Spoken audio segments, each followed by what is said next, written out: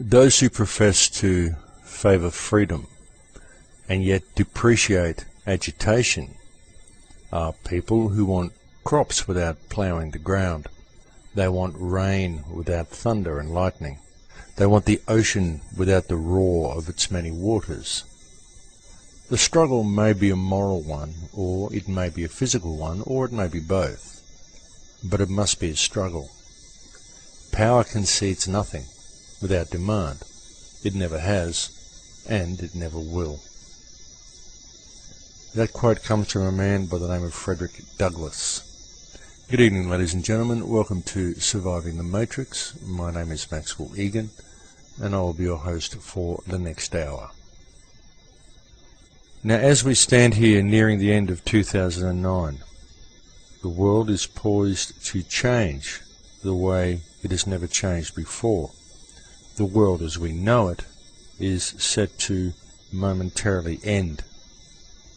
The demise of the world that we have known is not coming from war, it's not climate disaster, it's not because of a comet heading to the Earth, it's not because the world is ending in 2012. It is because legislation is currently being introduced that is set to change the world that we have known forever. And this legislation comes in the form of the Copenhagen Treaty. As I've discussed with you on shows over the previous weeks, this treaty is a very important treaty. And folks, I'd much prefer to be coming on here and simply talking about energy, talking about the oneness, talking about global unity. But we are facing a situation at the moment that is going to control that energy, and it is very important that we, the people of the world, deal with this issue. The Summit on Climate Change, which is being held at Copenhagen, is currently in session. I spoke about this last week. It is going to go until the 17th of this month, and there are many people who are pushing for all nations to sign into this treaty. This treaty will create a global world government, and it will do nothing to prevent climate change. Climates change, that's what they do. Now, there has been an abundant amount of scientific evidence that clearly shows that though we are going through a slight heating period at the moment due to solar maximum 24, over a larger scale the world is in fact cooling, it is not warming. This is happening because of reduced radiation from the sun, and the sun is the engine that drives the Earth's climate. This simply can't be denied. Now, the slight warming of the Earth's atmosphere that I spoke of before, that occurs from time to time, is in fact due to little periods of increased solar radiation and high levels of sunspot activity. Now, solar observatories have been collecting data on sunspot activity for several centuries, folks, ever since the invention of the telescope, in fact. And a definite correlation has been observed between sunspot activity and the temperature on the Earth, the surface temperature of the globe. And graphs clearly show that solar activity very closely matches not only recent global temperatures, but also historical changes for the past 11 to 1200 years. There was a period in history known as the Maunder Minimum, which occurred between 1645 and 1715. It was an extremely cold period.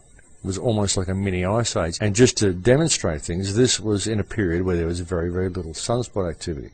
And there was also, as talked about by many people, including Lord Monckton, there was the medieval warm period between 950 and 1300. And this was the time when the Vikings actually colonized Greenland, because they could actually sail in there then, whereas now much of Greenland is covered with ice. The whole area where the Vikings went in is covered with ice. So it's a lot cooler now than it was in the medieval warm period. I have a video actually posted on my website. It's a talk that was given by Lord Monckton. It's available on YouTube. It's all over the place. It goes for an hour and 45 minutes. It's posted on the climate date page on thecrowhouse.com. Now, Lord Monckton goes through all of this evidence, and he points out the many, many lies. There's around about 40 lies or even more in Al Gore's film An Inconvenient Truth. There is so much misinformation in that film. Basically, the whole film is a lie. As I said a couple of shows ago, the truth was too inconvenient to include in the film.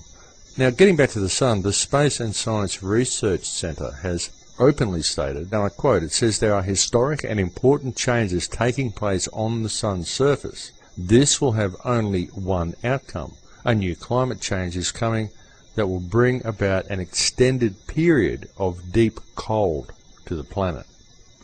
So, in an attitude that clearly defies all logic, it would seem that the proponents of the global warming scenario are intent on completely disregarding this and completely disregarding the influence of the Sun upon global temperatures.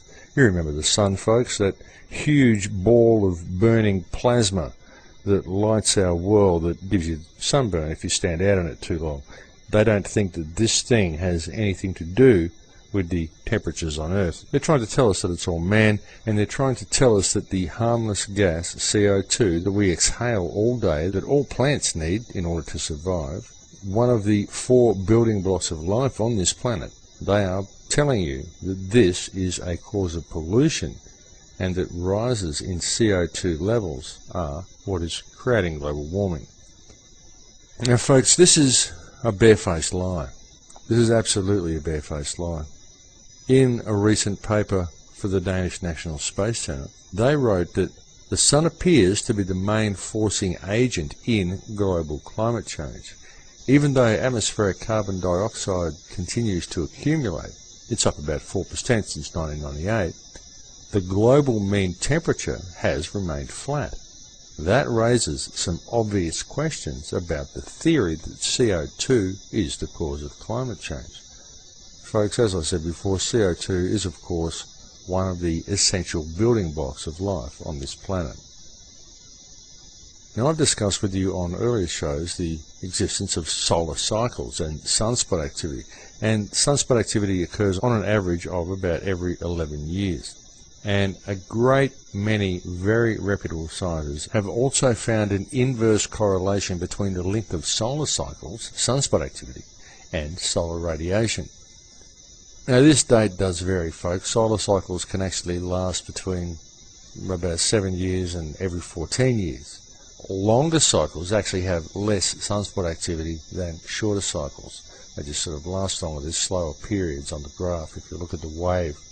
Now, it's this longer solar cycle that has caused the average global surface temperatures to remain approximately the same. They remain pretty constant.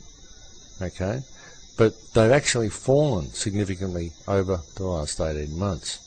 Now, there's even organisations, land-based monitoring centres, whose reports have also said that this is the same. However, contrary to this, people such as Al Gore and all those who support him, which would include my Prime Minister Kevin Rudd, do not seem to have caught up with these developments. They are still on about global warming. They are still insisting that the science is settled, and they are still saying that there is no more debate on the issue.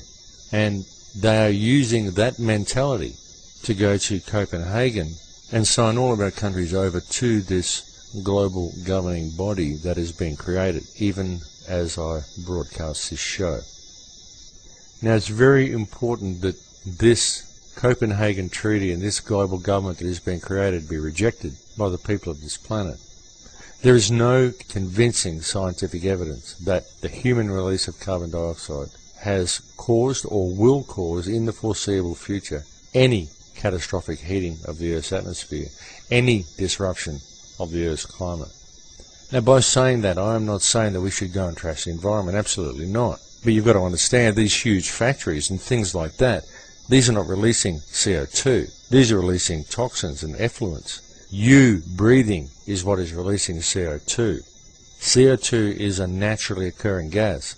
These huge industrial areas with smoke pouring out of the smokestacks, this is not CO2, folks. Of course, it contains some CO2, but this is toxic waste. This is entirely different. CO2 is a natural building block of life. It is what you exhale when you breathe. It is what the plants on this planet thrive on. It is what powers our oceans. This Copenhagen Treaty and this whole global warming scam is suggesting that CO2 is a toxin. This is a tax on breathing. Now, when this Copenhagen Treaty is signed, it will hand control of your government and my government, your nation and my nation, over to this global governing body. They will be putting a 2% tax on everything. Everything, folks. Now, think about how much money that is. A 2% increase on everything, and they will be creating a global police force to ensure that this tax is paid. This whole thing is being run by the World Bank and the International Monetary Fund. This is the banking cartel's big ditch attempt to take over the planet. And these are the same people who control all the media and control all the monetary system. These are the same people who create all the starvation in the world, start all the wars, do all the stuff, and have put the world in the state it's in order to scare you into believing that global warming is a reality. And these people are about to use this huge fear campaign that they have created to take over the world.